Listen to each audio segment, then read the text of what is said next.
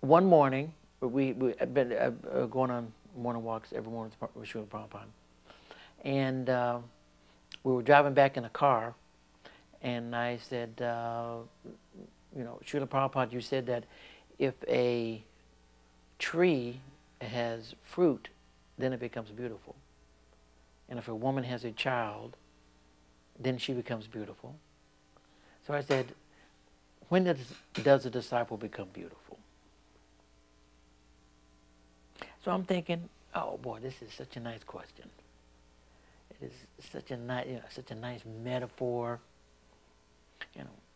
Just praising myself. Such a nice question. And Prabhupada immediately laced into me. Prabhupada said, "Oh, you have not read our books? What is the meaning of this verse? Adana called Ihomoneaj. What is the meaning?" And I said,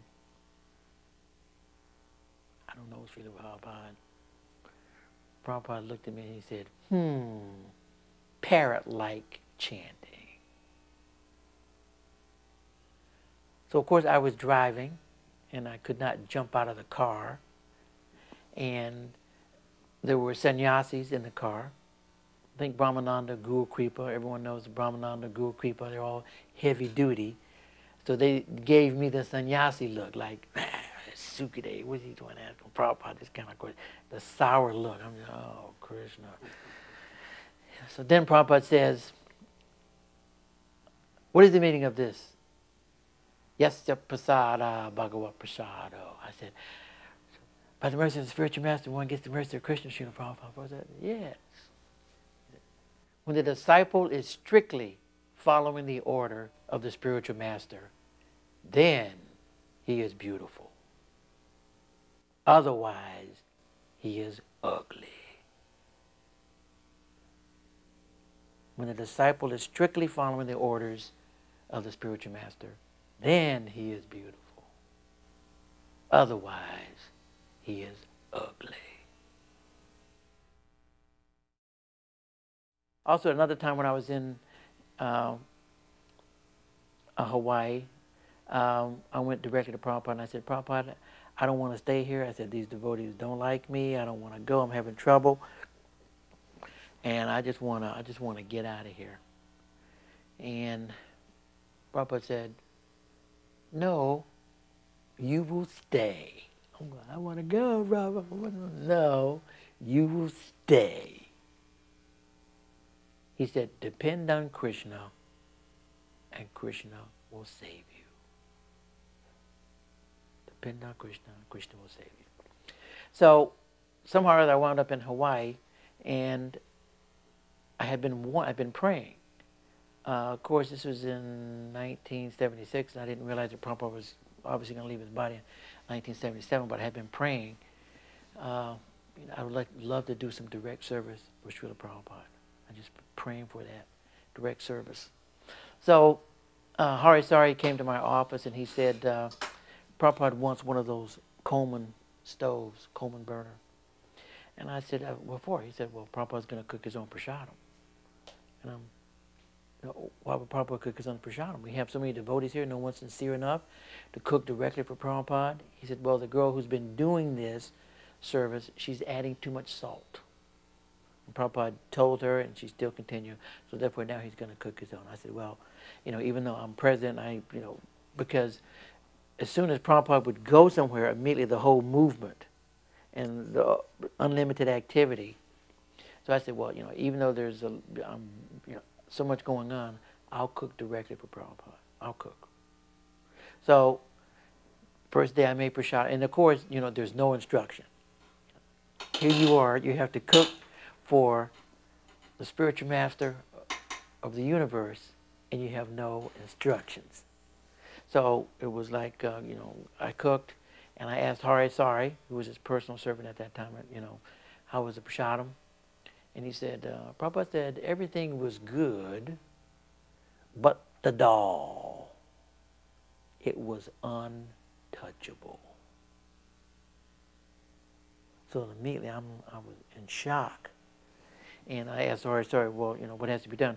The way that Prabhupada wanted the dal cooked was completely merged. That is, no beans, just completely all soup. So I said, well, no problem. So fixed the prasadam next day, and I said, how was the prasadam? And Hari Sari said, Prabhupada said, everything is perfect. So just by hearing Prabhupada saying everything was perfect, I've never felt such intense happiness, and I wanted to run outside and just jump up and down. I mean, I just remember feeling so much ecstasy in that Prabhupada said that everything is perfect.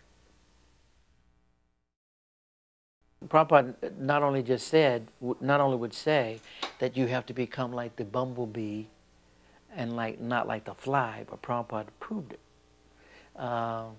Narayan, who a lot of people know in Los Angeles, he was in the temple room singing, and everyone knows, well, maybe not everyone knows, but a few of us who are in the know that he does not sing like a nightingale. So he was in the temple room singing, and Prabhupada said, who's that singing?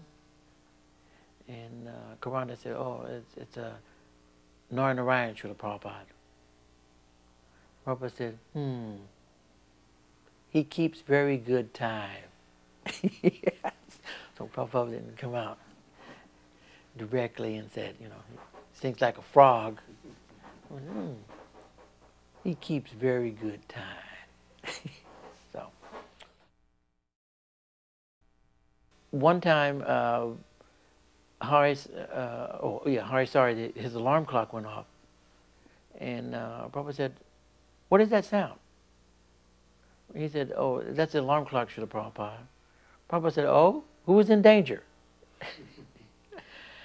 And I remember looking at Hari Sari, we were like, wow, our spiritual master has a sense of humor.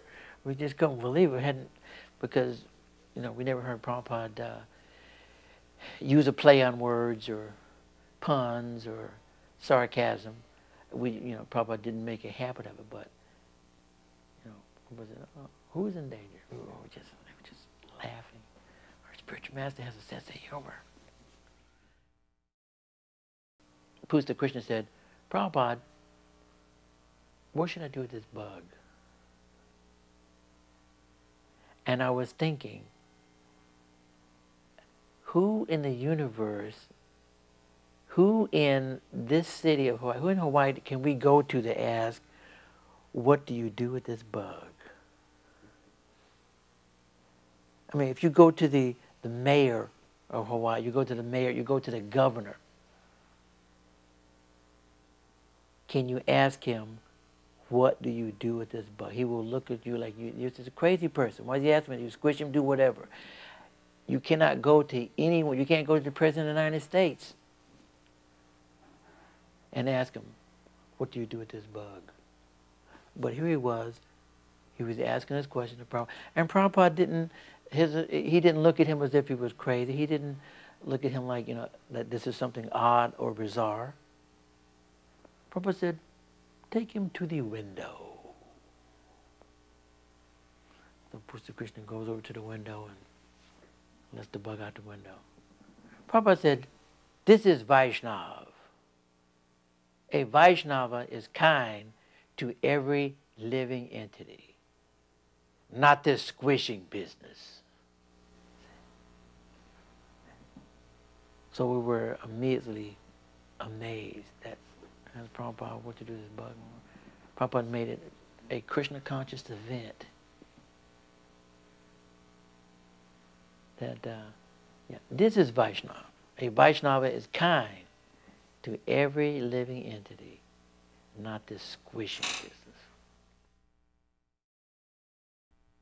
Prabhupada was there in the temple room, and Prabhupada was sitting up on stage, and to Prabhupada's right was Lord Jagannath. So we were having, this was on La Cienega Boulevard. And at the end of the class, some Christian was there, and he was speaking some nonsense philosophy. And Prabhupada wasn't even looking at him. Prabhupada was just simply sitting there, and he would look over at Lord Jagannath, and he'd look back. I mean, it's like the guy wasn't even existing. But Prabhupada was listening to everything that he said. And then Prabhupada looked at him and he said, Christ said, thou shalt not kill. Why are you killing?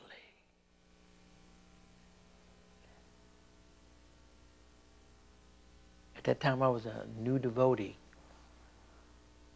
And of course meat eater. But Prabhupada talked like that, it scared the meat eating right out of me. And everyone in that temple room was frozen. And the Christian, there was nothing for him to say. He had plenty of time to say something. He had plenty of time to respond. There was nothing to say. Christ said, thou shalt not kill. And Prabhupada just didn't say it. He screamed it. He didn't say it. He screamed it. Christ said, thou shalt not kill.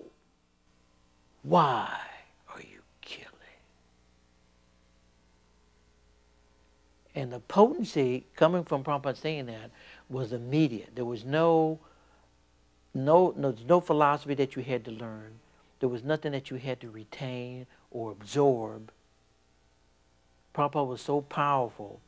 When he said that, your realization was immediate. You would never think of eating meat again in front of Srila Prabhupada. And his speaking like that was just like if there was a tree, and if there's a cold wind, and if there's a few leaves left. I mean, it was like a few leaves getting completely blown off a tree. Prabhupada blew all the nonsense right out of that person. And anyone else there was convinced not ever to eat meat.